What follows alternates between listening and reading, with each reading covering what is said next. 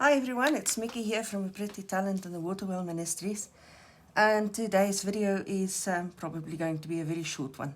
I just want to quickly show you how to use these layered stencils. In a previous video I've shown you the layered stencils that I've bought. These are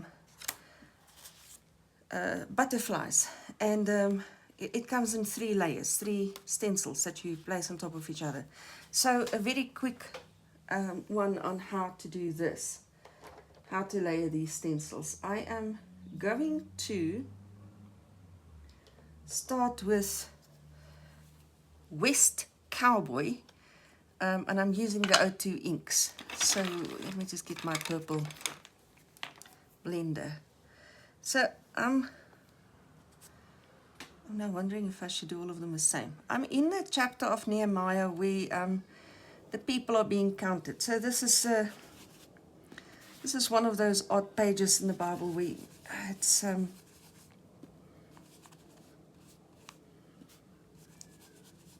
yeah, it's not the most interesting chapter to read. I'm thinking I should do something different with them, not all, make all of them the same. So let me work towards that.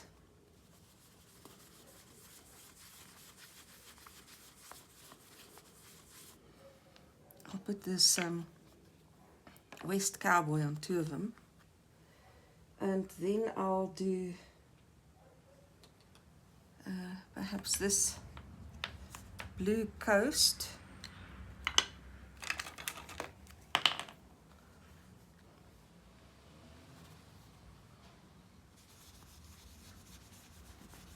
on this one in the center.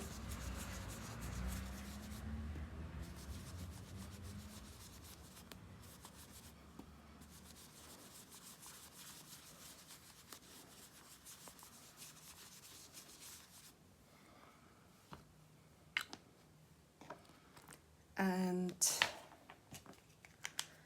let me do cypress green on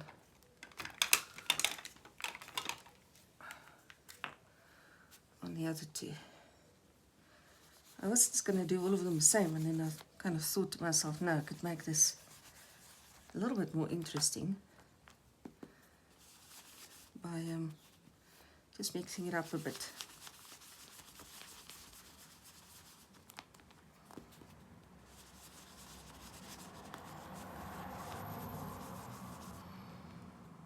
Okay, now before I take this away, I think what I want to do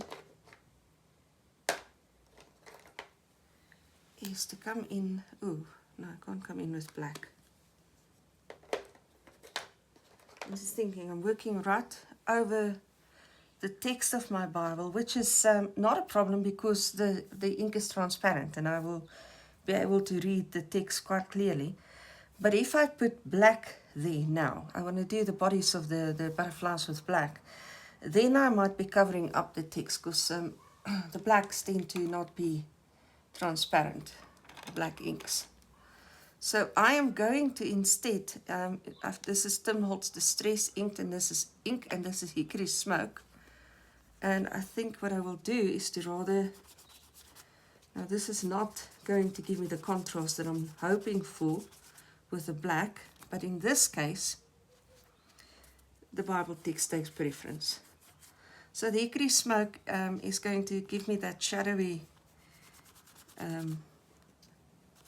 look, that darker shade that I'm looking for the bodies of the butterflies, but it's not quite as dark and intense as the black is, and therefore I will still be able to read the text underneath the Hickory Smoke. Now some of these don't actually have outlined bodies, so I'm just sort of aiming for the center there, and it's not going to bug me too much because we're building this up. So that's your first layer. Now, I am then coming in with the second layer. Now I have to, I wonder if I shouldn't do this. Let let me put that one back in place. And then I use this as a guide to get this one in place. Yeah, that worked nicely. Okay, so now I need to come in with some contrast colors. And why not try to stick with this kind of thing that I'm going with? So now let me come in with a, what was this? Blue Coast.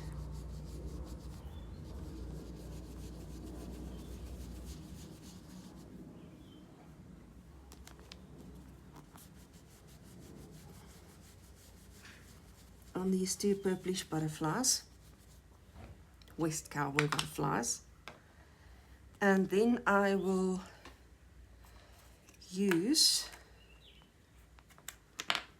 I think I should use Cypress green on the blue one.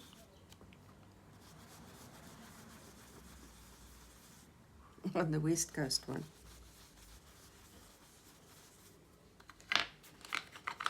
And then I should use, I don't think I want to use West Coast Cowboy on the green.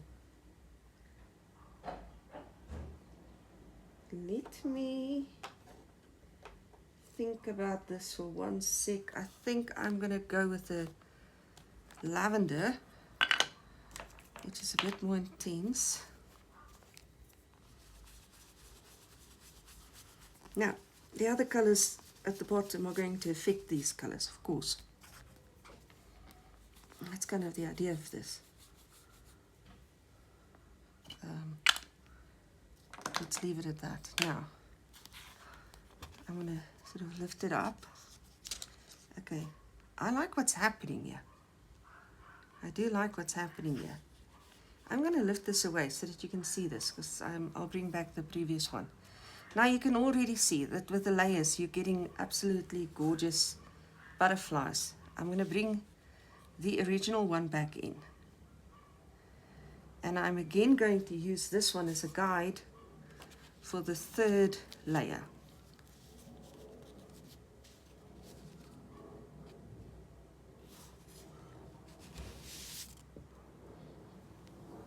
Okay. So my third layer, yeah, I think I'm in place. Now I need to decide how to mix this up. Do I want to go, yeah, let me bring the green into these purple ones.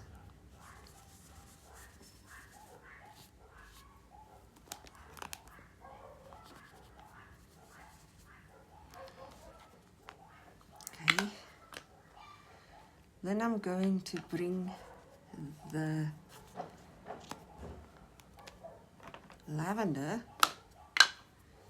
into the one in the center.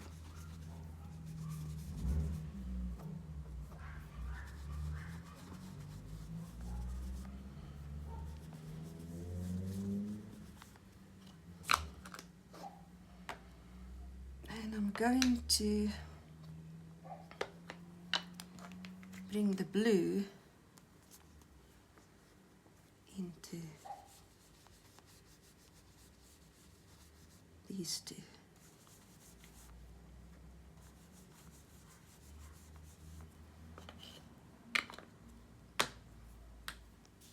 And let's lift it away. And those are the layered butterflies. Now I could easily have lifted the stencils up and moved the butterflies around, but I kind of like this grouping in any case. This didn't bug me, so the grouping was fine. And that's how easy it is to do a layered stencil. It's actually quite fun.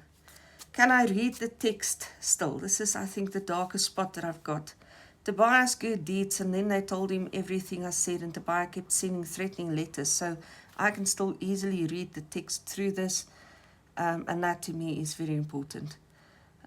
when I cover my text, and I often cover my text, but when I cover my text, I try to ensure that I can always read through the text, through whatever it is that I used on top. I made some,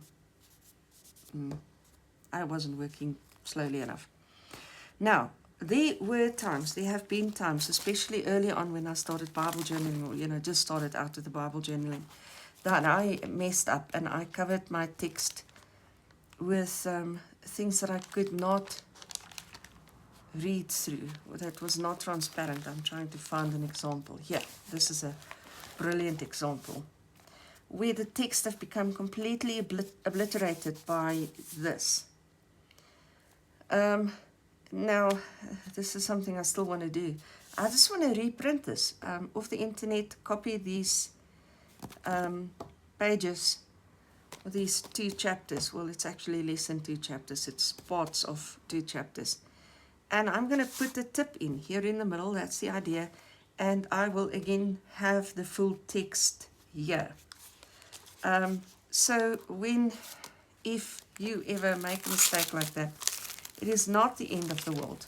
You can see I often work over the text, but you can still read the text. And as I said, that's rather important to me. My early mistakes, that's how I learn. That's also why I give the lessons, so that others don't make the same mistakes. That was Nehemiah.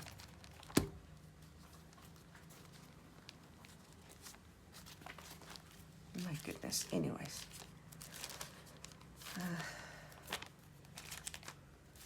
I think Nehemiah has disappeared. Anyways. Guys, I hope you enjoyed this. And like I said, this was just going to be a very, very short video. Just quickly showing you how to do layered stenciling.